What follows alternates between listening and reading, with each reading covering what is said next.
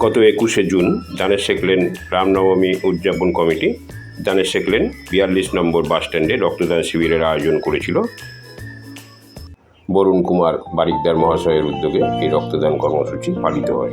সবসময় একটা কথাই মাথায় রাখবো যে আমরা ঐক্যবদ্ধ, আমরা সংঘবদ্ধ। আমাদের আত্মায়, আমাদের চেতনায় হোক শুভ বুদ্ধির উদয়, আর আমরা যেন সেই শুভ বুদ্ধির প্রকাশ সমাজের বুকে আমাদের প্রতিটি পদক্ষেপ, প্রতিটি কর্মসূচির মাধ্যমে প্রকাশ করতে পারি।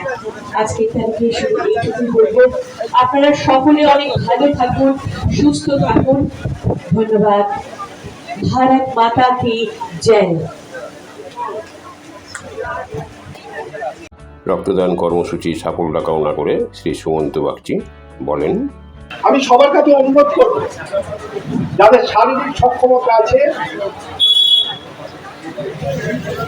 তারা রক্তদান করুন। এবং এই যে দান, এর বিনিময়ে কিন্তু আপনি কিছু পাবেন না, কিন্তু যেটা পাবেন সেটার মূল্য কিন্তু অপরিসীম। আজকে আপনার বাড়ির কোনো মানুষ অসুস্থ হতে পারে, বাড়ির মানুষের কারণে রক্তের প্রয়োজন হতে পারে, আপনারা যদি দান না করেন সেই রক্তটা পূরণ করবে কে?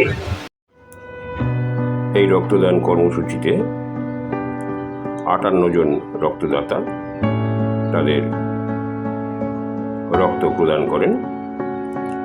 ডাক্তারবাবুরা অত্যন্ত সহযোগিতার সঙ্গে সমস্ত রক্তদাতাদের পরিচর্যা করেন। ক্যামেরায় প্রণব কুমার চক্রবর্তী, সত্যকথন, সত্য সংবাদ। সংবাদটি নিবেদন করলেন সঙ্গীত শিল্পী অশোক দেব।